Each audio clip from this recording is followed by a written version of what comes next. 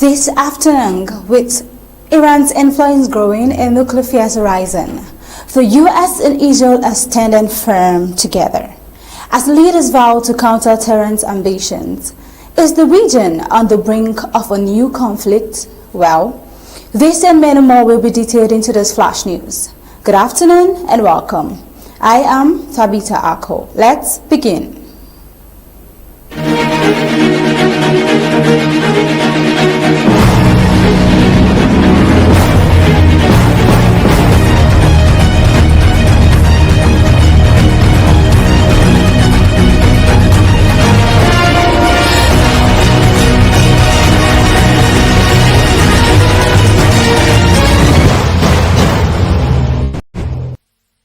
Bringing you updates from the Middle East, a high-impact meeting between Israeli Prime Minister Benjamin Netanyahu and the U.S. Secretary of State, Marco Rubio, has reaffirmed a joint commitment to counter Iran's nuclear ambitions and regional influence. The talks held in Jerusalem underscored Washington's continued support for Israel's security policies under the Kumbh, including recent military aid deliveries and a controversial vision for post-war Gaza. Netanyahu did not mince words when addressing Iran's role in Middle Eastern instability. Israel and America can stand shoulder to shoulder in countering the threat of Iran, he declared. The Israeli leader emphasized that preventing Tehran from acquiring nuclear weapons remained a top priority, alongside curbing its support for armed groups in Lebanon, Syria, Iraq, and Yemen. Rubio echoed these concerns, stating, "Behind every terrorist group, behind every act of violence, behind everything that threatens peace and stability for the millions of people that call this region home, is Iran." This firm stance reflects the administration's approach of taking aggressive measures to isolate Tehran, both diplomatically and militarily. Take a look. On the broader issues that we discussed as well is the questions in Syria. And while the fall of Assad is certainly promising and important, if Syria replacing one destabilizing force for another is not a positive development. And that is something that we will watch very carefully as we seek to craft our own strategy with regards to how to approach the events in Syria. In the case of Lebanon, our goals are aligned and the same. A strong Lebanese state that can take on and disarm Hezbollah. The common theme in all of these challenges is Iran. It is a source of instability behind every terrorist group, behind every act of violence, behind every destabilizing activity, behind everything that threatens peace and stability for the millions of people who call this region home, is Iran. Marco Rubio there. Well, while Iran claims its nuclear program is for peaceful purposes, its backing of militant groups under the so-called Axis of Resistance has raised alarm in Israel and Washington. The network includes Hamas, Hezbollah, the Houthi rebels, and various armed factions across the region. These are groups Iran insists act independently, though Western intelligence agencies argue otherwise. With a fragile ceasefire still in place in Gaza, Netanyahu assured the public that Israel is working in full cooperation and coordination with the Trump administration. This unity was further demonstrated by Trump's recent decision to lift restrictions on arms shipment, allowing Israel to take delivery of Mk-84 heavy bombs previously held by under President Biden. Rubio reinforced the U.S. position that Hamas must be eliminated as a military and political force. As long as Hamas stands as a force that can govern or administer, or a force that can threaten by use of violence, peace becomes impossible, he said. However, despite the tough rhetoric, Washington remains engaged in efforts to extend the ceasefire deal, which has seen a limited exchange of Israeli hostages for Palestinian prisoners. We know with the coming weeks there's been release of hostages, but then let's take a look at what Marco Rubio is saying. Hostages need to come home. They need to be released with the Prime Minister and his government, and ensuring that that happens. That must happen. It's not optional. And would add that that's a goal we share in common, and that is something we work on very closely together. Not the same tired ideas of the past, but something that's bold and something that frankly took courage and vision in order to outline. But what cannot continue is the same cycle where we repeat over and over again and wind up in the exact same place. Related to that, the president's been very clear. Hamas cannot continue as a military or government force. And frankly, as long as it stands as a force that can govern, or as a force that can administer, or as a force that can threaten by use of violence, peace becomes impossible. They must be eliminated. It must be eradicated. Protests in Israel have continued, demanding that the ceasefire remain in place until all hostages are returned. Netanyahu, however, has signaled his intention to continue military operations, claiming Israel has delivered a mighty blow to Hamas.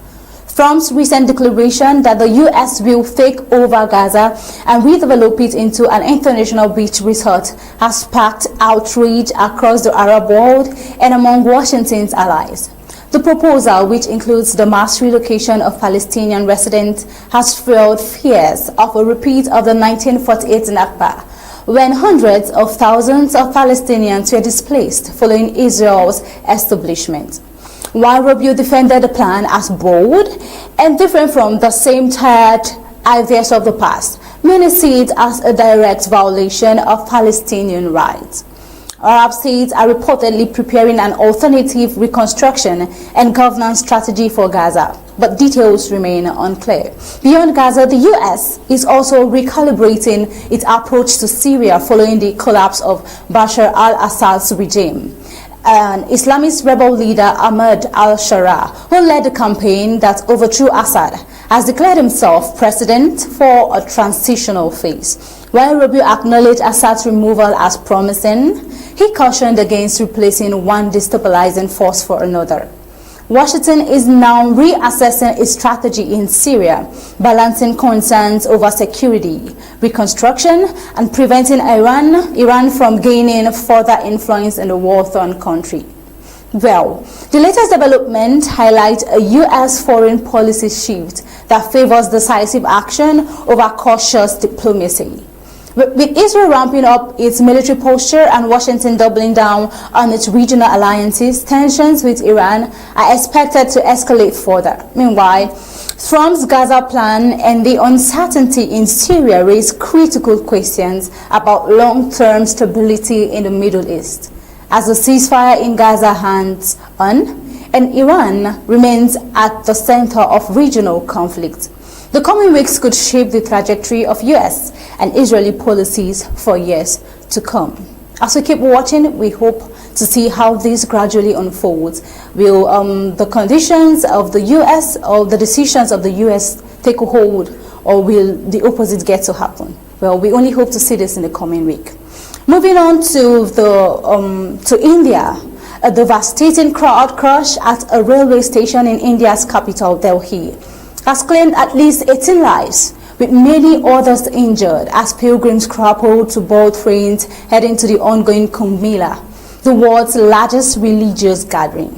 The disaster has raised serious concerns over crowd management and railway safety as officials launch an investigation into the tragic incident. Massive crowds struggle to board trains bound for Prayagraj, where the Kumbh Mela is being held. The 6-week-long festival, which draws millions of Hindu devotees every 12 years, has a history of deadly stampedes, including one just last month that left at least 30 people dead. Local reports indicate that 10 women and 3 children were among the fatalities. Dr. Ritu Saxena, Deputy Medical Superintendent at Lok Nayak Hospital in Delhi, confirmed the cause of death in most cases appeared to be suffocation or blunt injuries. There are also 11 others who are injured. Most of them are stable and have orthopedic injuries, she said. Eyewitnesses described a scene of chaos as people collided and fell while trying to reach a special train. A railway reporter speaking to the Times of India said, "I have been working as a coolie since 1981, but I never saw a crowd like this before. People started colliding, fell on the escalator and stairs when a platform for a special train departing for Prayagraj was suddenly shifted." India's Railways Minister Ashwini Vaishnaw announced a high-level inquiry into the cause of the disaster. While authorities deployed the additional special trains to manage the surge of travelers, Prime Minister Narendra Modi expressed his condolences on X, saying, "My thoughts are with all those who have lost their loved ones.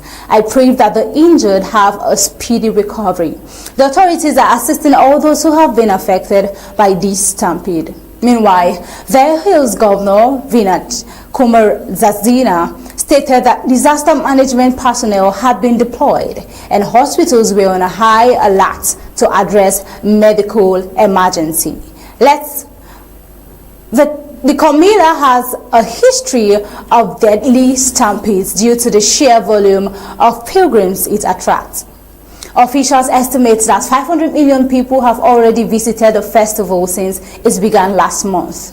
This is not the first time the religious gathering has witnessed tragedy. However, the latest disaster has reignited calls for better crowd management, particularly at transport hubs that serve as gateways to major religious events. Experts argue that despite repeated tragedies, authorities have failed to implement long-term solutions to prevent overcrowding. With the Kumbh Mela continuing until February 26th, officials are under intense pressure to ensure that no further disaster occur. As investigations unfold, the focus will be on whether this tragedy could have been avoided and what must be done to prevent future loss of life. Well, moving on to the flood in Kentucky in a recent development. The devastating storms that swept through Kentucky and surrounding states over the weekend have left a trail of destruction, prompting an emergency declaration from President Donald Trump. At least 8 people have died in Kentucky, with 1 fatality reported in Georgia. As communities struggled with power outages, rising flood waters, and freezing temperatures that could slow recovery efforts. The National Weather Service reported that over 6 inches of rain fell across Kentucky from Saturday into early Sunday, leading to flash flooding that inundated roads, homes, and businesses. Governor Andy Bishop described the situation as a widespread crisis, noting that emergency crews had already conducted over 1,000 rescues, with additional teams still working to save stranded residents. Wow, the difference between the 2002 flooding and this hit the whole state, Bishop said. We have flooding in western Kentucky, we have flooding in eastern Kentucky. So when we ultimately look at the overall damage, it might be more comparable in the end than we think. The most tragic reports came from people trapped in their vehicles. Well, it's a devastating scene. Among the victims were a mother and her 7-year-old daughter, caught in the raging waters. Emergency response efforts have been stretched thin, with the Kentucky National Guard, state troopers, and rescue teams from neighboring states joining in relief efforts. Let's watch. You can help us out to ensure we have as few fatalities as possible. Just don't get on the roadways. Now, give time for the water to go down. Stay off the roads right now and stay alive.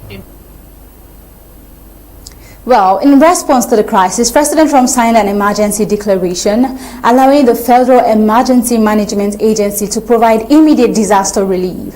The move was expected given the scale of the destruction, but it also raises questions about long-term recovery efforts, especially as more extreme weather events challenge the state's infrastructure.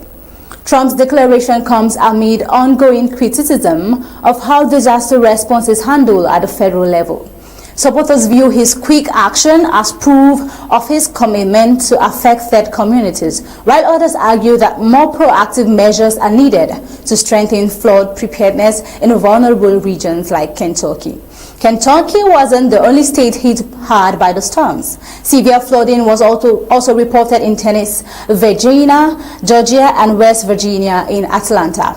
A tragic incident claimed the life of a resident when a tree collapsed onto their home early Sunday morning. Meanwhile, in Tennessee, a levee failure led to rapid onset flooding. According to the NWS in Memphis, part of the state received as much as 6 inches of rainfall. Virginia and West Virginia also saw major disruptions, with flash flood warnings issued and reports of mudslides forcing evacuations.